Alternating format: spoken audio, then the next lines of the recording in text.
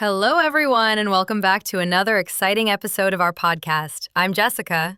And I'm Ethan. We've got a packed episode for you today covering all the latest happenings in the football world. From big wins to surprising developments, we've got it all. Jessica, where do we even start? I think we should kick things off with international football. The USA's win over Haiti in the Gold Cup was certainly one of the highlights of the past week. They secured first place in Group D, and that victory was really important for their confidence going into the knockout stages. The team looks sharp, especially with some of the new faces. Yes, absolutely. The U.S. has been putting together a solid squad, and with the Gold Cup, it's a great opportunity for the newer players to gain experience. The win against Haiti was crucial, and it showed how well the team has gelled together under pressure. What's really exciting is that players like Weston McKennie, who's been with the team for a while, are playing alongside younger talents like Giovanni Reyna, who are really starting to shine. That's a good point, Ethan. McKennie has been key to their midfield, but it's Reyna and others that are showing real promise.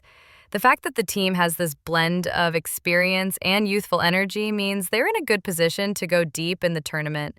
If they keep this momentum, who knows, they could go all the way to the final. I agree. But let's turn to England's U21 team. Their match against Spain U21 was absolutely thrilling. The 3-1 win was a statement performance. England now heads into the semifinals, and I think they have a real shot at winning it all. What are your thoughts on how they've been playing? England U21 has been a joy to watch. The intensity they've brought into their games, especially against Spain, shows the depth of talent they have in their youth system. Players like Cole Palmer and Noni Madueke have stepped up, and their performances are helping the team stay on course. There's a real sense of unity among the players, and they seem to be feeding off each other's energy. Absolutely. What I really love about this team is their ability to play with confidence. They're not afraid to attack, and they're not backing down from any challenge. Spain was a tough opponent, and to beat them 3-1 is no small feat. England U21 is definitely one of the favorites now for the title. They've definitely earned their place in the semifinals, and I'm excited to see how they'll do. On the flip side, Portugal U21 had a tough exit after losing to the Netherlands U21 1-0. Portugal had their chances, but it wasn't meant to be. What do you think went wrong for them? It's a tough one, Jessica. Portugal has a lot of young talent, but in that match against the Netherlands, they didn't capitalize on their opportunities. The Dutch were solid defensively, and their goal was just enough to knock Portugal out. It's always hard when you're so close, but just can't find that final touch. But I think Portugal can hold their heads high. They've got some fantastic players coming through the ranks. I totally agree. Portugal has a lot of potential, and they'll be back in future tournaments. Now, let's move to club football. AS Monaco has made a big signing, with Paul Pogba agreeing to join them on a 2-year contract. After everything that's happened with his suspension and issues at Juventus, do you think he can get back to his best? That's a major signing for Monaco. Pogba's had a tough time with injuries and the suspension, but if he's fully fit and focused, he could be a massive asset for Monaco. He's got the skills and leadership that could make all the difference in Ligue 1, and who knows, if he hits the ground running, he could be one of the standout players of the season. I think it all depends on how well he settles into the team and how his body holds up.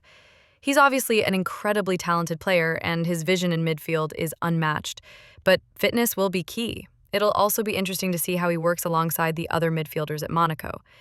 That's a midfield that already has a lot of creative flair. Definitely. Moving on, Arsenal is reportedly in the market for a new striker, and the names being linked with them are Benjamin Sesko from RB Leipzig and Victor Gyökeres from Sporting. Both players are very different styles. Sesko is young, powerful, and full of potential, while Gyökeres has that Premier League experience and has shown he can deliver at the top level. Who do you think would be the better fit for Arsenal? It's a tough call. Sesko has immense potential, but he's still a little raw. He could be a great long-term investment for Arsenal if they want someone to grow with the squad. Gyökeres, on the other hand, is ready to step in and make an impact straight away. If Arsenal is looking for someone who can contribute immediately, Gyökeres could be the way to go. But I think Arteta has shown a preference for developing young talent, so I wouldn't be surprised if they lean towards Sesko. I see your point. Both players would bring something unique to the table, but with the way Arsenal is building for the future, Sesko could be a perfect fit in the long run. That being said, if they're targeting the Premier League title this season, Gyökeres' experience could give them that immediate edge. It's a good problem to have, isn't it? Arsenal has the luxury of choosing between two quality players. But speaking of clubs facing challenges, Bayern Munich had an unexpected issue when they hosted a Guns N' Roses concert at Allianz Arena. The pitch was left in poor condition, and now there's talk of getting it back to its best before the next match. Do you think Bayern will be able to fix it in time? It's definitely not ideal, but Bayern has the resources to fix the pitch quickly. It's just one of those things that happens when you're hosting a major event like that. Hopefully they can get it sorted, but I'm sure the players will be hoping the pitch is in perfect condition for their next match. I'm sure they'll get it back to top shape in no time. Now, let's move on to the Women's Super League. Burnley women have appointed Matt Beard as their new coach, and there's also talk about expanding the league to 14 teams by 2026. What do you think this will mean for women's football in England? It's huge! Expanding the league will bring more competition and give more teams the chance to compete at the highest level. With Matt Beard coming in, Burnley women will have a coach with tons of experience in the women's game. It's exciting to see the women's game growing in this way. The talent pool is getting deeper, and the quality of football is only going to improve. Exactly. The growth of women's football is something to really celebrate. It's fantastic to see clubs investing in their women's teams, and the WSL becoming even more competitive will be amazing for the development of players and the game as a whole. And on a different note, Kevin Durant has become a minority owner of PSG. That's quite a development in both the football and sports business world. What do you think this means for PSG? It's fascinating.